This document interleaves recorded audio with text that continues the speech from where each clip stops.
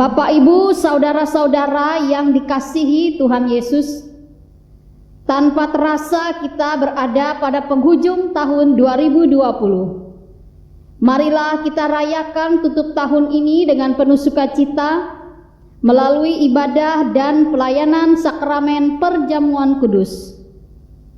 Untuk jemaat GKI Langkai yang beribadah di rumah, persembahan dapat diantar ke kantor majelis jemaat GKI Langkai pada hari kerja atau bisa ditransfer melalui rekening majelis jemaat GKI Langkai yang tertera di lembaran warta jemaat atau bisa dilihat di layar video ini.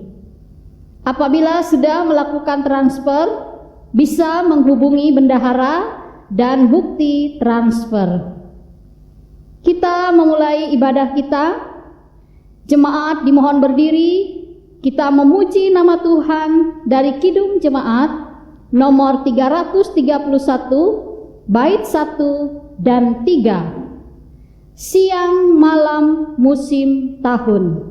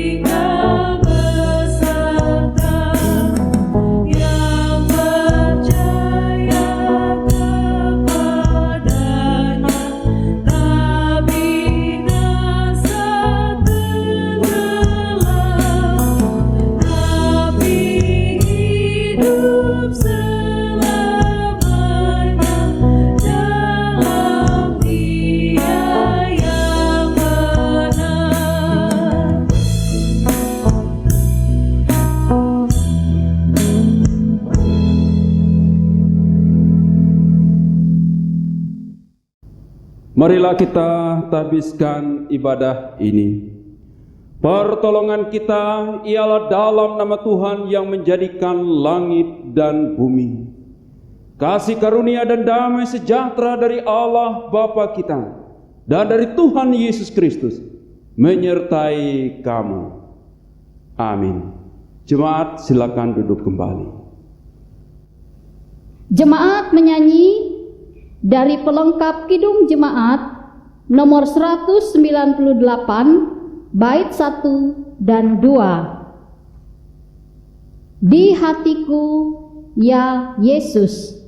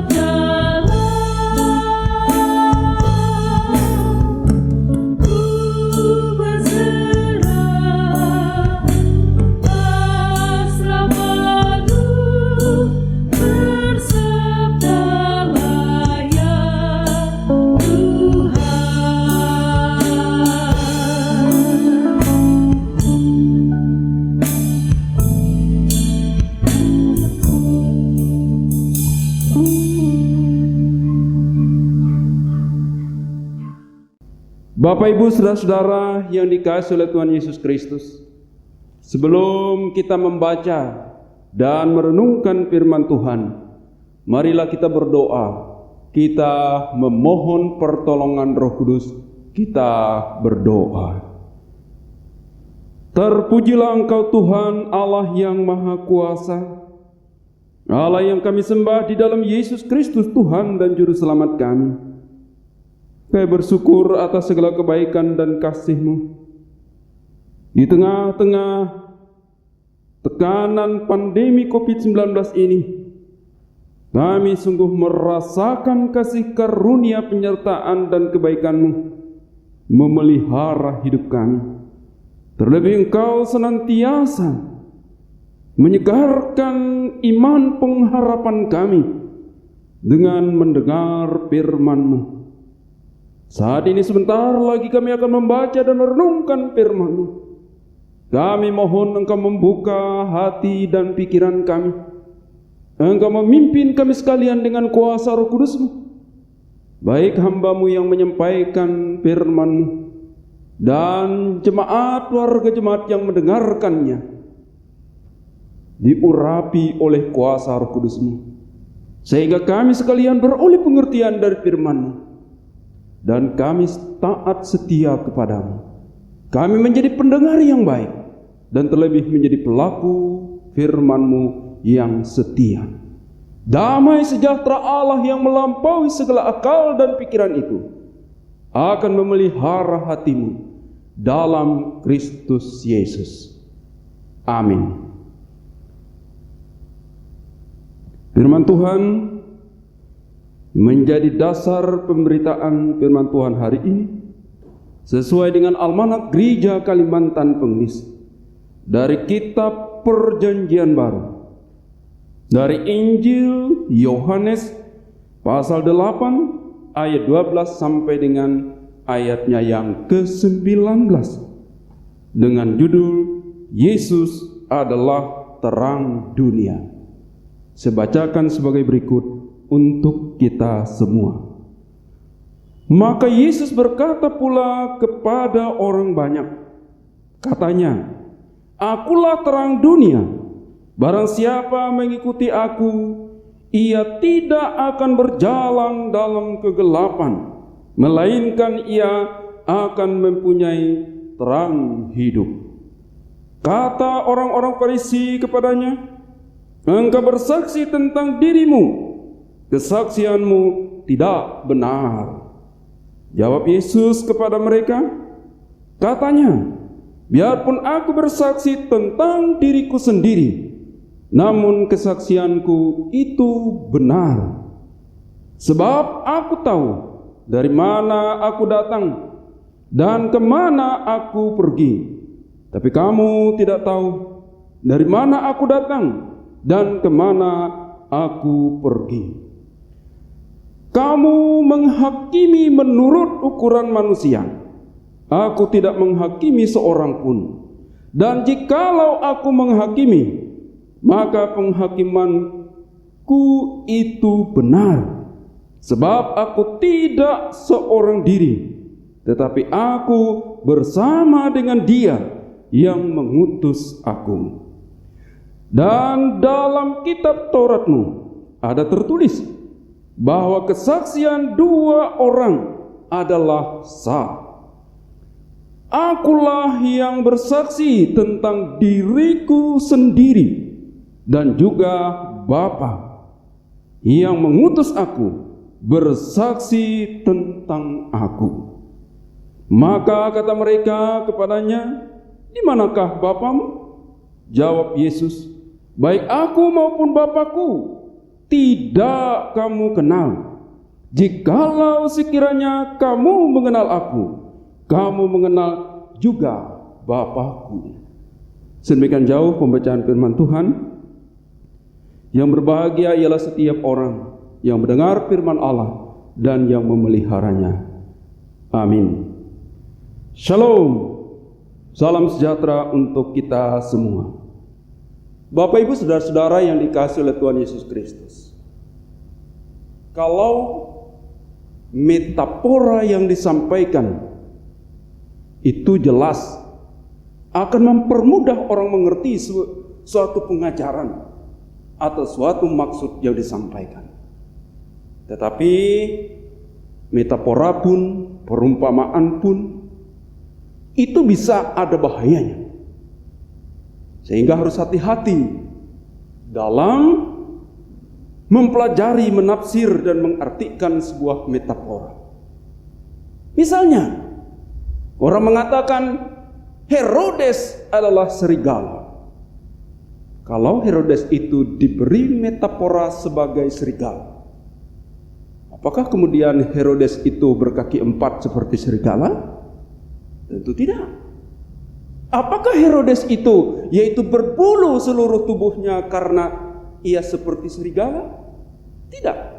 Tetapi sisi yang tepatnya ialah orang akan berpikir, apalagi kalau tahu tentang riwayat dan sifat dan perilaku dari Herodes. Berarti Herodes sebagai serigala adalah dari sikapnya yang memimpin yang sangat bengis. Nah, Bapak Ibu Saudara, memang di satu pihak metafora itu akan mempermudah untuk mengerti sesuatu pengajaran. Tapi harus hati-hati, karena tidak semua dalam metafora itu dapat berarti tepat sesuai dengan makna yang diinginkan. Nah, Bapak Ibu Saudara yang dikasihi oleh Tuhan Yesus Kristus, hari ini nas kita firman Tuhan dari Injil Yohanes pasal 8 ayat 12 sampai dengan ayat 19 ini dengan judul Yesus adalah terang dunia. Mari kita lihat dalam ayat yang ke-12 demikian. Maka Yesus berkata pula kepada orang banyak, katanya, Akulah terang dunia. Saudara, berbicara tentang terang, kita sangat paham tentang terang ini. Metafora tentang terang ini kita mengerti, karena setiap saat kita merasa terangnya cahaya matahari, lampu-lampu. Dan ini saat rekaman ini ada 4 lampu sorot. Dan ini terang. Dan ini adalah sangat mengerti kita berbicara tentang terang ini. Nah, lalu kemudian di sini dikatakan akulah terang dunia. Ini Yesus sendiri memberikan kesaksian, memberikan pernyataan bahwa Ia, Yesus, Tuhan, Juru Selamat kita, Dia adalah terang dunia. Nah, kalau berbicara tentang terang dunia ini, maka jelas di sini ialah bahwa Yesus Putra Tunggal Allah itu sungguh-sungguh menjadi terang bagi kita semua. Nah, Bapak Ibu Saudara yang dikasihi oleh Tuhan Yesus Kristus, kalau berbicara tentang terang, hampir semua agama pasti ada berbicara tentang terang, tentang kebaikan, tentang yang terang dan gelap, tentang jahat dan baik. Dan itu adalah hampir semua agama pasti ada berbicara tentang terang. Dan filsafat juga berbicara tentang terang.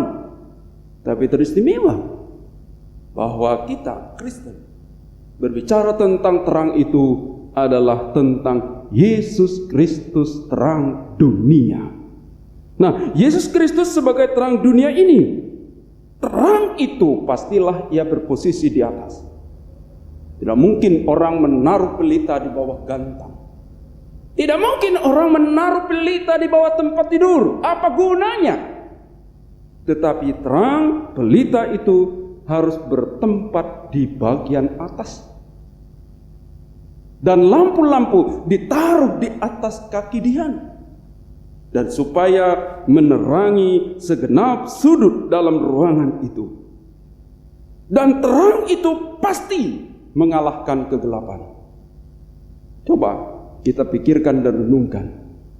Dalam ruangan gelap malam, tidak ada lampu.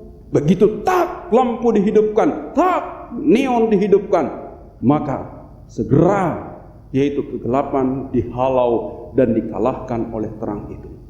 Dan inilah prinsipnya, dan inilah terang itu. Terang yang telah datang itu pasti mengalahkan kegelapan. Tapi ada makna lain. Kalau Yesus sebagai terang, maka Yesus sebagai lilin yang bernyala dan kita sering menggunakan. Kalau tak mati lampu, nggak ada lain pencahayaannya, senter tidak ada, kita pasang lilin. Nah, Yesus juga bisa menjadi lilin penerang dalam kegelapan. Nah, ini lebih kepada pemaknaan bahwa Yesus sebagai terang dunia itu sebagai lilin yang bernyala, dia berkorban. Karena kita tahu kalau lilin itu dia memberikan cahayanya untuk menerangi ruangan, menerangi orang-orang yang ada di situ. Ia meleleh sampai habis. Dan itulah ia telah berkorban demi menerangi ruangan, menerangi orang-orang yang ada di sekitarnya. Nah, demikian juga Yesus sebagai terang dunia. Kalau seumpama dengan lilin, ia sesungguhnya untuk menerangi dan menyelamatkan kita, ia telah berkorban. Ia telah mati di kayu salib. Ia telah turun ke dunia, yaitu orang mati. Lalu kemudian ia bangkit dan naik ke surga. Nah, inilah kasih yang berkorban. Dan inilah yaitu terang yang telah bersinar dan mengorbankan dirinya untuk keselamatan dunia ini. Bapak Ibu saudara-saudara yang dikasihi oleh Tuhan Yesus Kristus. Lalu kemudian dalam lanjutan dari yaitu baris yang pertama, lalu kemudian berikutnya dikatakan, Akulah terang dunia, barang siapa mengikut aku, ia tidak akan berjalan dalam kegelapan, melainkan ia akan mempunyai terang hidup. Nah, ini terang itu tidak statis. Terang itu, lampu itu tidak menetap di situ.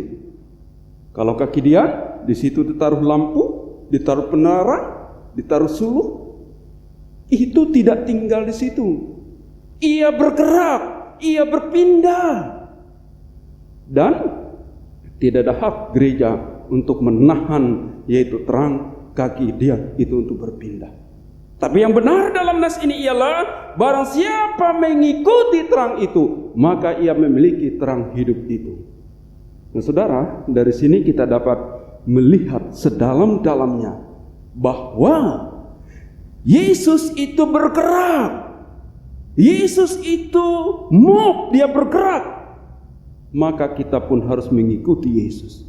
Kita tidak tinggal diam. Kita tidak bisa mengurung terang dunia Yesus itu dalam gereja kita. Kita mengurung Yesus itu di kaki Dian yang ada di gereja kita. Tidak.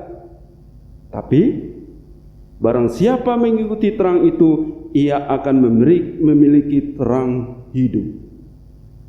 Jadi bahwa Yesus bergerak, terang itu bergerak kemana? Kalau Yesus itu terang dunia, maka ia bergerak kemana? Gerakan Yesus sebagai terang dunia, ia menuju salib di Golgota. Setelah menuju salib di Golgota, ia kemudian bergerak dan turun ke kegelapan, yaitu dunia orang mati. Dan di dunia orang mati ini, ia menerangi dunia kegelapan orang mati, dan Injil menyelamatkan di dunia orang mati itu. Lalu kemudian dari dunia orang mati ia bangkit dan kemudian bergerak, bertahta di surga yang kekal. Dan kelak ia bergerak juga untuk turun ke dalam dunia, yaitu pada parusia, pada akhir zaman, untuk menghakimi orang hidup, orang yang hidup dan orang yang mati. Jadi sangat jelas bahwa terang dunia itu bergerak, ia tidak diam, ia tidak statis, tetapi terus bergerak. Maka demikian kita sebagai gereja memiliki dan hidup dalam terang dunia, hidup dalam terang Yesus Kristus. Itu tidak boleh diam, kita bergerak, kita mengikuti Dia. Artinya apa? Kita sebagai terang dunia, sebagai anak-anak terang harus bergerak. Bergerak ke salib? Ya. Artinya apa? Ada orang yang martir, ada para rasul yang mati syahid. Dan itu masing-masing orang punya karunia. Ada yang punya karunia sampai mati syahid oleh karena pemberitaan firman Tuhan. Dan Ada yang tidak. Tidak semua kita yaitu bergerak sampai ke salib, sampai penderitaan, sampai yaitu mati syahid oleh karena memberitakan firman Tuhan. Tapi pasti kita juga bergerak pada saatnya juga menuju kegelapan kematian. Kita juga bergerak pada saatnya akan memperoleh kebangkitan dan hidup yang kekal dalam terang dunia, dalam terang yang kekal, yaitu Yesus Kristus itu. Bapak Ibu Saudara yang dikasihi oleh Tuhan Yesus Kristus, kita sebagai anak-anak terang, kita yang ada mengikuti Yesus sebagai terang dunia, kita harus bergerak masuk ke dalam kegelapan, menerangi kegelapan dan mengalahkan kegelapan.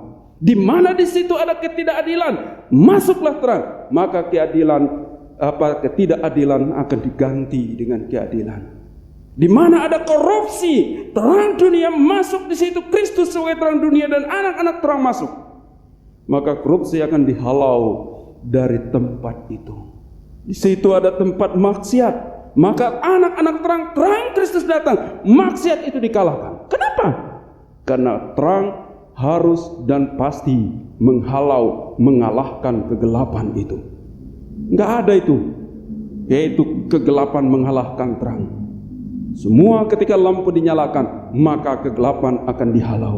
Ketika anak-anak terang, ketika terang dunia, ketika Yesus Kristus adalah terang dunia dan anak-anak terang itu masuk ke dalam kegelapan, mesti dan harus kegelapan itu dikalahkan dan dihalau. Segala kegelapan dunia, kejahatan dunia, ketidakadilan, korupsi, maksiat dan lain sebagainya, ketika anak-anak terang masuk, maka semua kegelapan itu harus dihalaukan. Dan itu fungsinya. Nah, Bapak Ibu Saudara yang dikasihi oleh Tuhan Yesus Kristus, kemudian bahwa terang itu terus bergerak dan tidak statis, tidak diam. Dan demikian juga kita harus ikut terang itu. Tapi kalau pergi daripada terang, pergi kemana? Iya, kalau pergi dari terang berarti pergi ikut masuk ke dalam kegelapan. Kalau terang itu adalah terang, ada hidup yang kekal, tapi kegelapan ada kematian, bahkan kematian yang kekal di dalamnya. Hati-hati, jangan keluar dari terang ini, jangan keluar dari terang Yesus Kristus lalu masuk ke dalam kegelapan. Tidak ada pilihan. Kalau keluar dari terang Yesus Kristus berarti keluar dan masuk kepada kegelapan. Kegelapan adalah kematian dan tidak ada hidup di dalamnya. Tapi di sini dalam bagian akhir dalam ayat yang ke-12 ini, bahwa di dalam terang ada hidup. Hidup apa? Hidup damai sejahtera, bahkan hidup yang kekal. Bapak Ibu Saudara yang dikasihi oleh Tuhan Yesus Kristus, kalau kemudian ayat 13 sampai ayat 19 adalah dialog Yesus dengan orang-orang Farisi.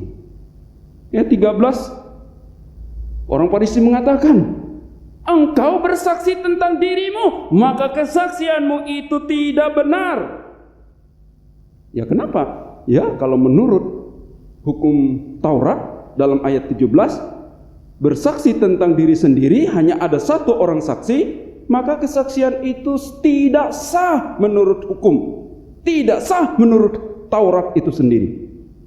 Tapi Yesus mengatakan, walaupun aku bersaksi tentang diriku sendiri, bahwa kesaksianku adalah benar. Yesus menjamin bahwa kesaksianku adalah benar. Karena yaitu kamu tidak tahu dari mana aku datang, kemana aku pergi, dan siapa aku. Kalian semua tidak mengerti tentang itu.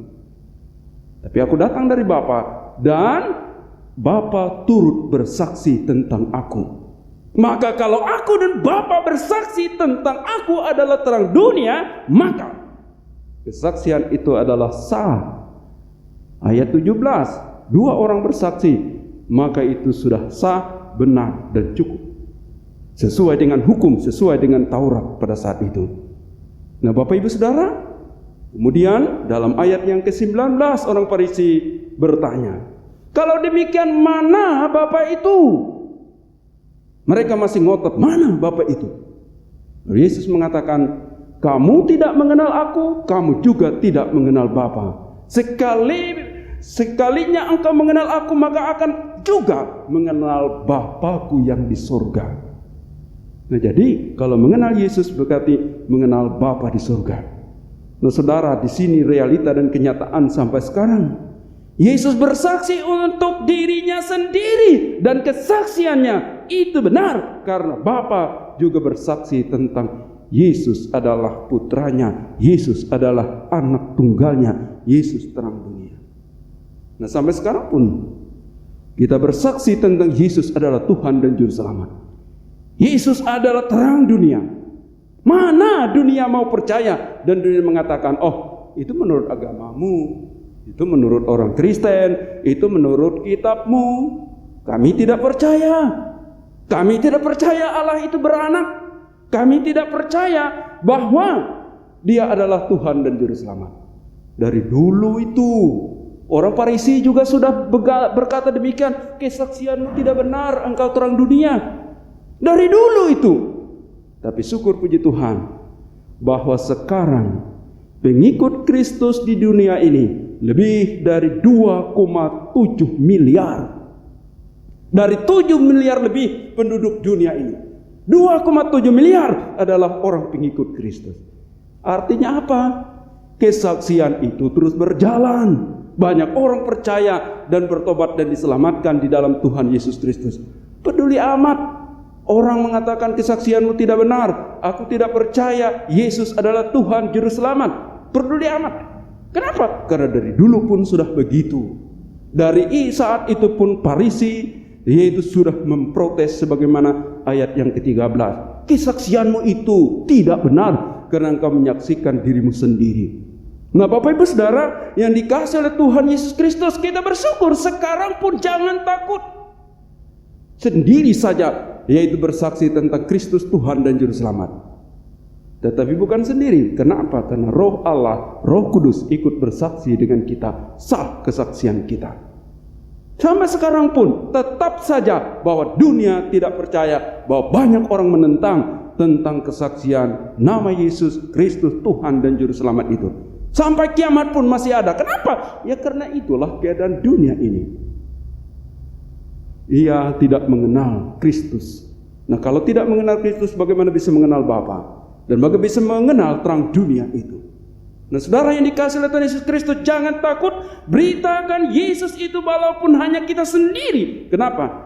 Karena kesaksian itu sah dan benar. Karena Roh Kudus dan Tuhan sendiri bersama dengan kita untuk menyaksikan kesaksian Yesus adalah terang dunia dan keselamatan bagi kita.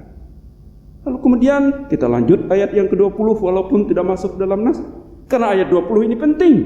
Karena dikatakan di sana, walaupun Yesus mengajar di bait Allah di dekat dengan perbendaharaan itu, dan tidak ada seorang pun yang menangkap dia karena belum waktunya. Ayat 20. Nah, ini kalau belum waktunya, siapa yang bisa melakukan sesuatu yang belum waktunya? Kalau belum mati, ya belum mati. Kalau sudah mati, ya bagaimana bisa menolaknya? Nah, sehingga demikian dalam memberitakan Injil ini jangan takut. Memberitakan firman Tuhan menjadi saksi di tengah dunia ini adalah keselamatan kita ada di dalam Tuhan. Tidak mungkin keselamatan itu di tangan kita. Keselamatan kita ada di tangan Tuhan. Waktunya kita mati, waktunya kita ditimpa sesuatu, itu semua adalah di tangan Tuhan. Salah kalau kita bilang bahwa keselamatan ada di tanganku, keselamatan ada di tanganku, itu bahaya. Kalau keselamatan di tanganku berarti bisa dirampas orang, bisa hilang, tak mampu kita pertahankan. Tapi keselamatan kita ada di tangan Tuhan, di tangan Allah. Waktu kita adalah di tangan Tuhan. Sehingga demikian, tidak ada yang dapat merampas keselamatan yang ada untuk kita di tangan Tuhan yang Tuhan karuniakan itu. Sehingga akhirnya apa? Akhirnya marilah kita semakin erat, dekat, menyembah, memuliakan Tuhan dan mengikuti terang itu. Karena dalam terang ada hidup, dalam kegelapan ada kematian, bahkan kematian yang kekal. Bapak Ibu Saudara yang dikasihi oleh Tuhan Yesus Kristus, dari nas ini ada beberapa hal yang perlu untuk kita renungkan bersama. Yang pertama, Yesus adalah terang dunia, dan itu tadi dikatakan sebagai terang, ada menjadi lampu, bahkan ada yang menjadi lilin. Kalau Yesus menjadi lilin, maka dia berkorban untuk menerangi dunia ini. Dan itulah Yesus. Ia telah berkorban sampai mati di kayu salib. Dan ia juga akan turun ke dunia orang mati. Dan ia memberitakan kasih karunia di sana. Dan yang mati juga memperoleh berita dan keselamatan Injil di dalamnya. Ia juga naik dan kemudian ia ke sorga dan memerintah. Nah, saudara yang dikasih Tuhan, subtema kita bulan Desember ini yaitu kasih yang berkorban. Yesus sudah menunjukkan itu. Ia adalah lilin, dia adalah terang seperti lilin yang berkorban untuk menerangi dunia ini. Dan itulah kasih yang berkorban. Karena begitu besar kasih Allah akan dunia ini, sehingga ia mengaruniakan anaknya yang tunggal, supaya barang siapa percaya kepadanya tidak binasa, melainkan beroleh hidup yang kekal. Yohanes 3 ayat 16. Lalu kemudian Filipi pasal 2 ayat 7. Ia mengosongkan dirinya sama seperti seorang hamba. Dan ini adalah kasih yang berkorban. Karena ia mengasihi kita, maka kita pun harus memiliki kasih yang berkorban, menyalipkan keinginan daging hawa nafsu dunia untuk mengasihi Tuhan yang telah menyelamatkan kita. Yang kedua, terang dunia bergerak, ia tidak diam dan tidak statis. Lihat dalam ayat yang ke-12, yaitu terang, barang siapa mengikuti terang itu, maka ia akan memiliki terang hidup itu. Mengikuti berarti bergerak. Geraknya kemana? Kalau Yesus itu bergerak menuju salib, bergerak menuju dunia orang mati, bergerak menuju surga. Kita pun demikian. Bergerak dan bergerak, bergerak bersama Yesus, bergerak juga sampai pada saatnya di surga. Dan kita sebagai terang dunia, kita sebagai anak-anak terang, dan bukan terang dunia, tapi kita anak-anak terang, anak-anak Allah, dan kita sebagai yaitu anak-anak terang harus bergerak. Bergerak masuk ke dalam kegelapan, maka kegelapan itu dihalau. Masuk ke dalam daerah-daerah yang tidak ada keadilan, itu menegakkan keadilan. Di mana ada korupsi, di situ ditegakkan kejujuran dan keadilan. Di mana ada tempat-tempat yang jahat, kita masuk terang, yaitu anak-anak terang masuk, maka di situ ada mengalir damai, sejahtera, keadilan dan kasih. Dan itu harus bergerak demikian, karena kita adalah anak-anak terang. Lalu kemudian yang ketiga, kalau belum waktunya, tidak ada yang bisa memaksa dan tidak ada yang bisa menentukan waktu Tuhan dalam hidup kita. Maka demikian, jangan takut, terus bergerak dan terus melayani Tuhan, karena keselamatan kita, waktu kita, mati kita, semuanya adalah dalam tangan Tuhan.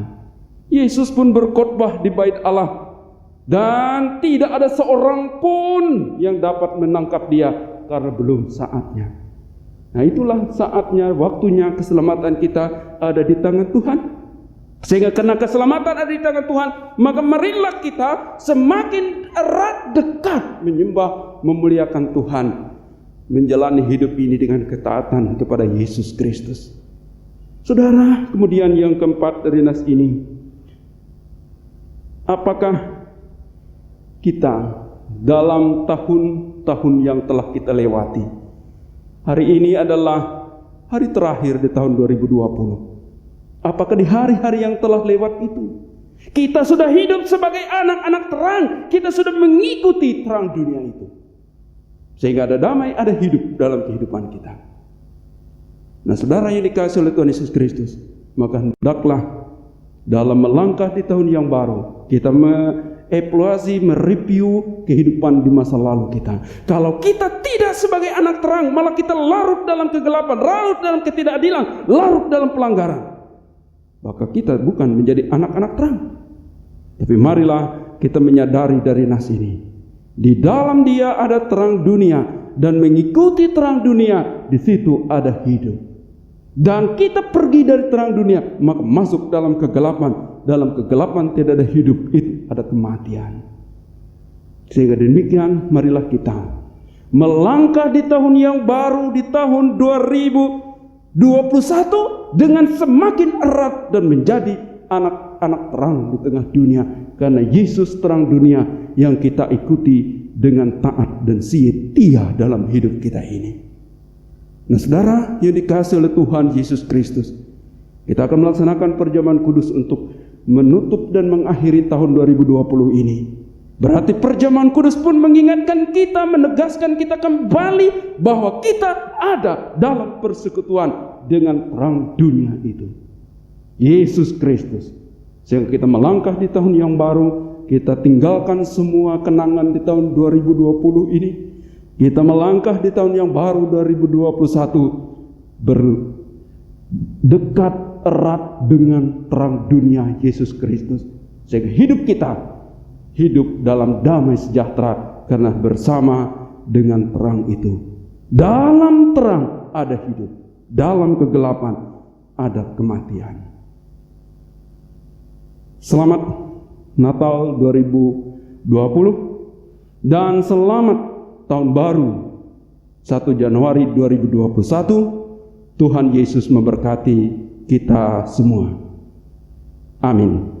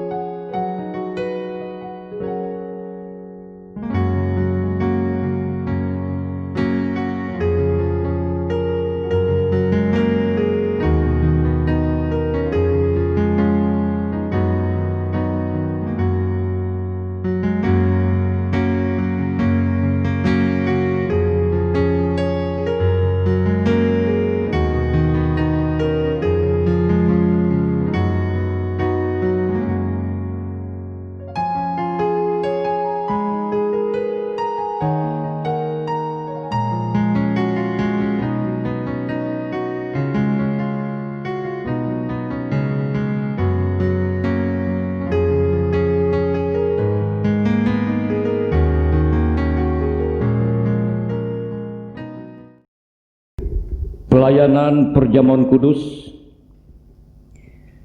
penetapan dan arti perjamuan kudus.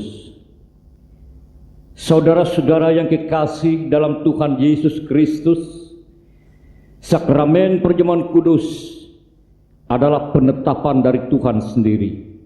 1 Korintus 11 ayat 26, 23 sampai 26, untuk memperingati kasih dan anugerah Allah yang sungguh luar biasa yang dinyatakan dalam diri Tuhan Yesus Kristus, yang telah menyerahkan dirinya untuk keampunan dosa kita. Sakramen perjamuan kudus merupakan tanda dan meterai bahwa kita adalah anak-anak Allah yang telah ditebus dengan tubuh dan darah Yesus Kristus sendiri. Melalui perjamuan kudus ini, kita menyatakan syukur dan mau hidup di dalam pengasihan-Nya.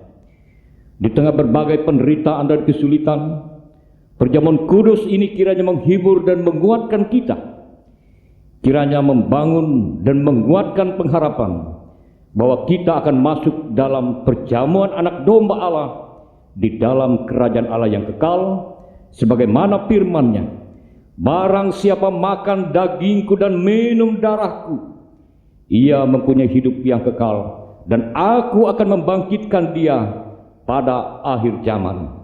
Yohanes pasal 6 ayat 54. Pengakuan dosa dan berita anugerah.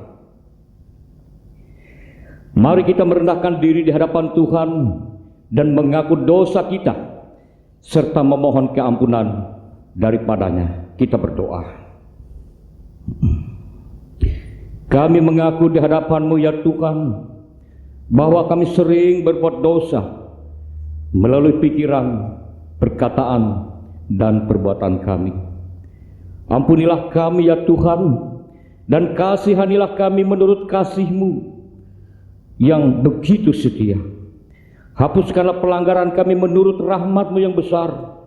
Bersihkanlah kami seluruhnya dari kesalahan kami, dan tahirkanlah kami dari dosa kami. Kami mohon juga pengasihan-Mu, supaya dalam perjamuan kudus ini Tuhan bekerja dengan roh-Mu di dalam hati kami, supaya dengan kepercayaan kami dapat menyerahkan diri dan hidup kami seluruhnya kepada Yesus Kristus, Anak-Mu. Tolonglah kami supaya tidak hidup lagi dalam dosa, melainkan Kristus yang hidup di dalam kami, dan kami pun di dalam Dia. Karuniakanlah kepada kami anugerah-Mu, sehingga kami senantiasa memperoleh penghiburan dan kekuatan apabila kami memikul salib dan menyangkal diri kami, sehingga baik waktu suka atau waktu duka, hidup atau mati, kami hidup dan mati bagi Tuhan dan untuk kemuliaan nama-Mu. Amin. Jemaat, kami mohon berdiri. Berita anugerah.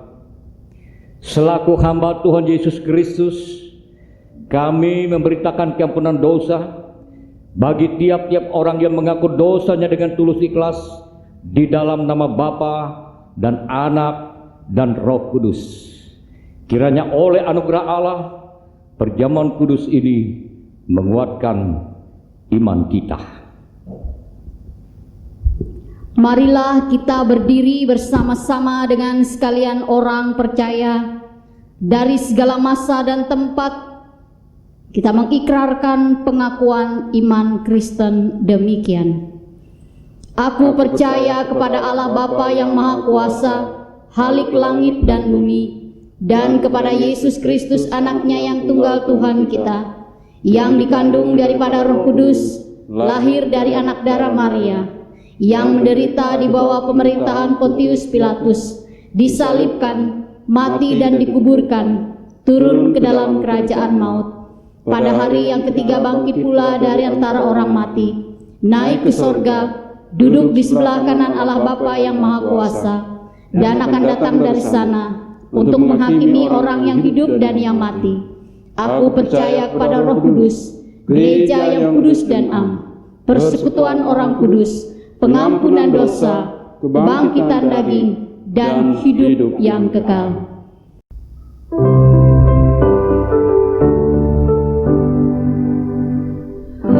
Haleluya, haleluya, haleluya.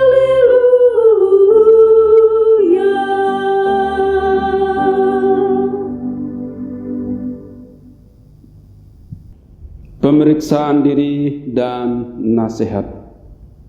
Saudara-saudara yang kekasih, supaya kita semua dapat mengikuti perjamuan kudus ini dengan semestinya, sehingga memperoleh pengampunan dosa, kekuatan dan penghiburan, serta hidup berpengharapan. Marilah masing-masing kita memeriksa dirinya di hadapan Tuhan. Pertama, apakah saudara menyadari dosa saudara, lalu merendahkan diri, menyesal, dan mencari keampunan dari Tuhan? Kalau demikian jawablah, sesungguhnya saya seorang yang berdosa. Kasihanilah saya, ya Tuhan. 2. Apakah saudara sungguh-sungguh percaya bahwa dosa saudara diampuni oleh Yesus Kristus yang mati di kayu salib dan hidup kembali? Kalau demikian jawablah, saya percaya bahwa Yesus Kristus adalah Tuhan dan Juru Selamatku. 3. Apakah saudara sungguh-sungguh hendak menyatakan syukur kepada Allah serta hidup selaku anak-anak Allah di dalam kehidupan saudara? Kalau demikian jawablah, tiap-tiap hari saya hendak menyatakan syukur kepada Allah dan hidup dalam pertobatan sebagai anak-anak Allah. Setiap orang yang merasa dan berbuat demikian dalam hati dan hidupnya tentu akan diterima oleh Allah dan layak duduk serta dalam perjamuan kudus dari anaknya Yesus Kristus. Namun janganlah ada anggapan bahwa kita baru boleh ikut perjamuan kudus kalau kita sudah sempurna dan tidak berdosa lagi. Kita mengikuti perjamuan kudus ini bukan karena kita sempurna, tetapi karena Kristus telah mengampuni dosa kita. Namun kita harus selalu berupaya melawan segala keinginan yang jahat dan hidup taat menurut kehendaknya. Maka kita yakin biarpun dosa dan kelemahan masih ada di dalam kita, tapi Allah menerima kita dalam anugerah-Nya. Jemaat, silakan duduk kembali. Bapak, Ibu, saudara-saudara, dan anak-anak semua, silakan berdoa di dalam hati masing-masing. Silakan berdoa.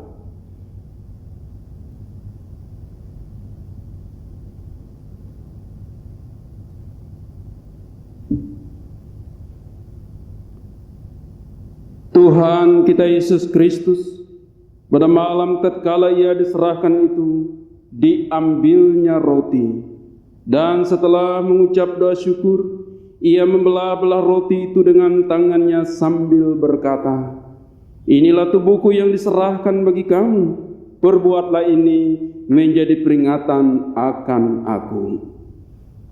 Begitu juga setelah makan, Ia memberikan piala anggur itu kepada mereka dan berkata, "Cawan ini adalah perjanjian baru yang dimeteraikan oleh darahku.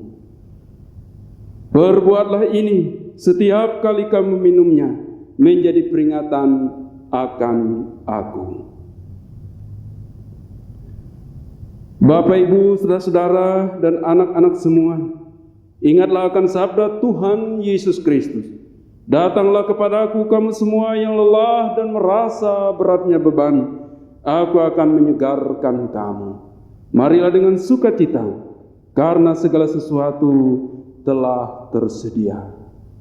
Silakan untuk mengambil roti dan anggur masing-masing.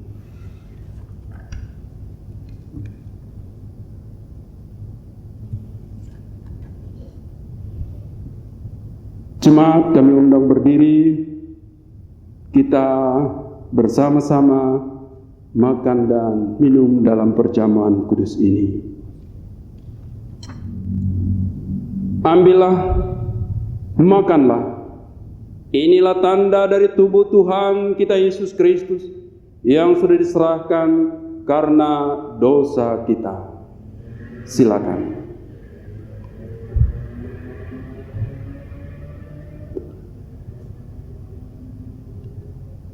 Ambillah, minumlah.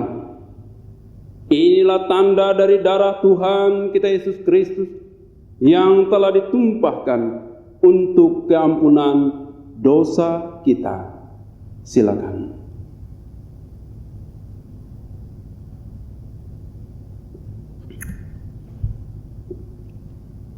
Marilah memohon berkat atas perjamuan kudus ini. Kiranya tubuh dan darah Tuhan kita Yesus Kristus yang kudus dan mulia itu menguatkan dan memelihara saudara sampai pada hidup yang kekal. Amin. Jemaat, silakan duduk kembali. Marilah kita naikkan doa syukur, perjamuan kudus, dan doa syafaat. Pujilah Tuhan, hai jiwaku, hai segenap batinku. Pujilah namanya yang kudus. Pujilah Tuhan, hai jiwaku, janganlah lupakan segala kebaikannya. Dia yang mengampuni semua dosamu, yang menyembuhkan segala penyakitmu. Dia yang membebaskan nyawamu dari kuburan, yang melimpahi engkau dengan kasih dan belas kasihan. Dia yang memuaskan hidupmu dengan yang baik, sehingga engkau awet muda seperti burung Raja Wali. Sebab Tuhan pengasih dan penyayang, Ia panjang sabar dan kasih-Nya berlimpah. Ia tidak menghardik terus-menerus dan tidak marah untuk selama-lamanya. Ia tidak menghukum kita setimpal dengan kesalahan kita, tetapi setinggi langit di atas bumi, sebesar itu kasih-Nya atas orang-orang yang takut akan Dia. Sejauh timur dari barat, sejauh itu dibuangnya dosa-dosa kita. Seperti seorang bapa sayang kepada anak-anaknya, begitulah Tuhan mengasihi orang-orang yang takut akan Dia.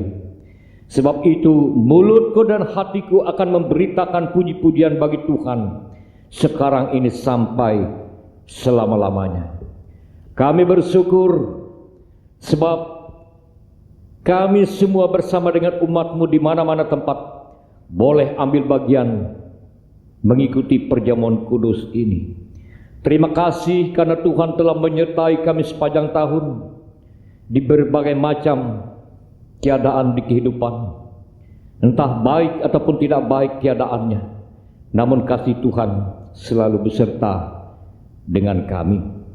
Ya Bapa di surga, banyak hal yang telah kami alami di sepanjang hidup ini, namun semuanya baik adanya, menghantarkan kami kepada hal yang lebih baik lagi.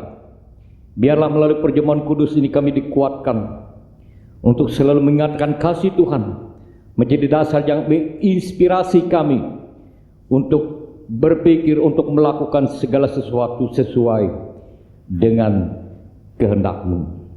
Berkatilah jemaat-Mu di mana-mana tempat, dan secara khusus jemaat GKI Langkai Gereja Maranatha Resort GKI Palangkaraya ini.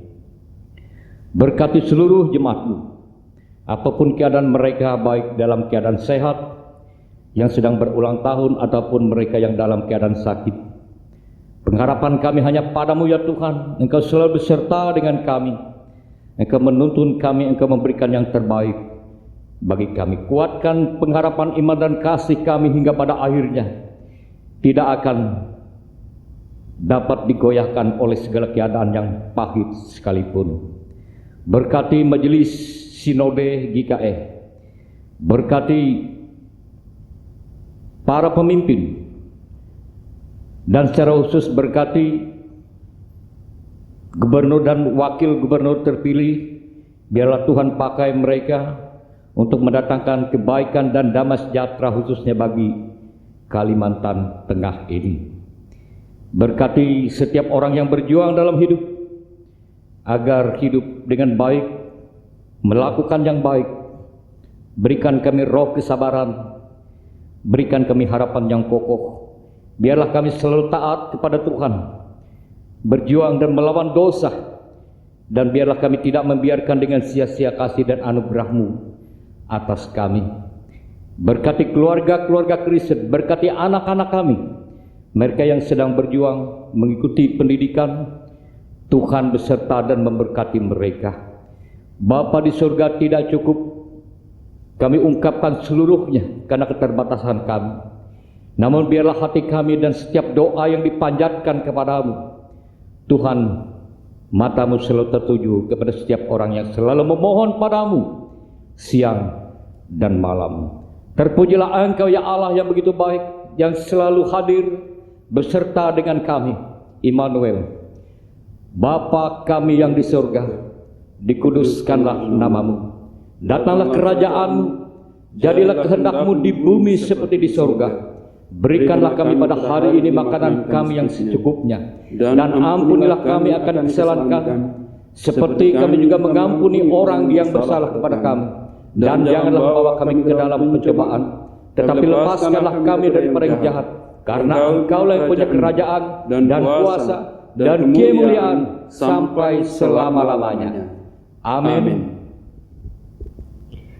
Marilah kita mempersembahkan persembahan syukur tutup tahun.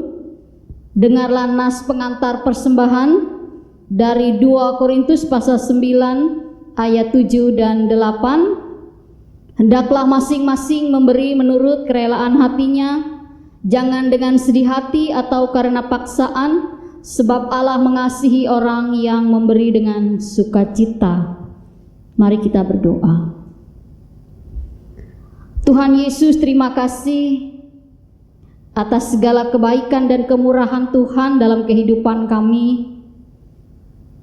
Pada hari tutup tahun ini kami ingin mempersembahkan persembahan kami. Terimalah persembahan kami Tuhan dan kuduskanlah untuk mendukung pelayanan gereja dan sesama kami. Kami berdoa dan mengucap syukur di dalam nama Tuhan Yesus Juru Selamat kami. Amin. Amin. Kita memuji Tuhan dari kidung pujian terlalu besar.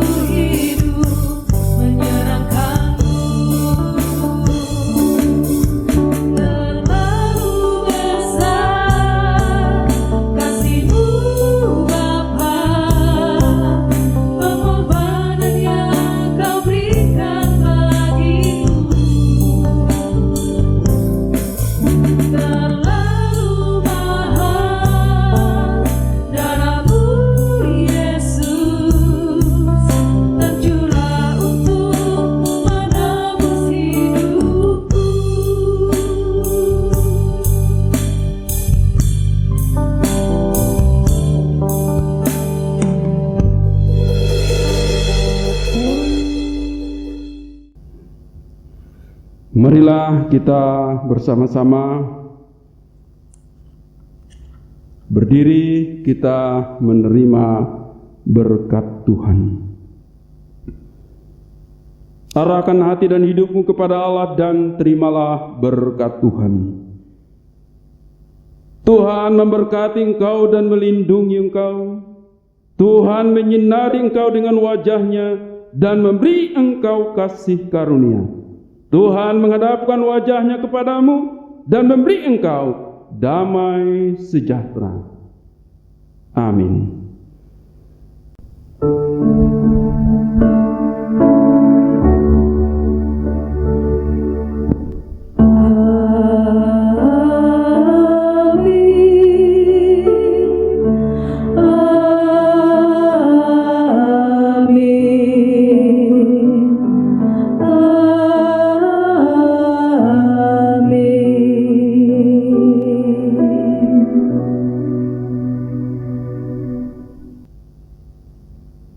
Jemaat, silakan duduk kembali.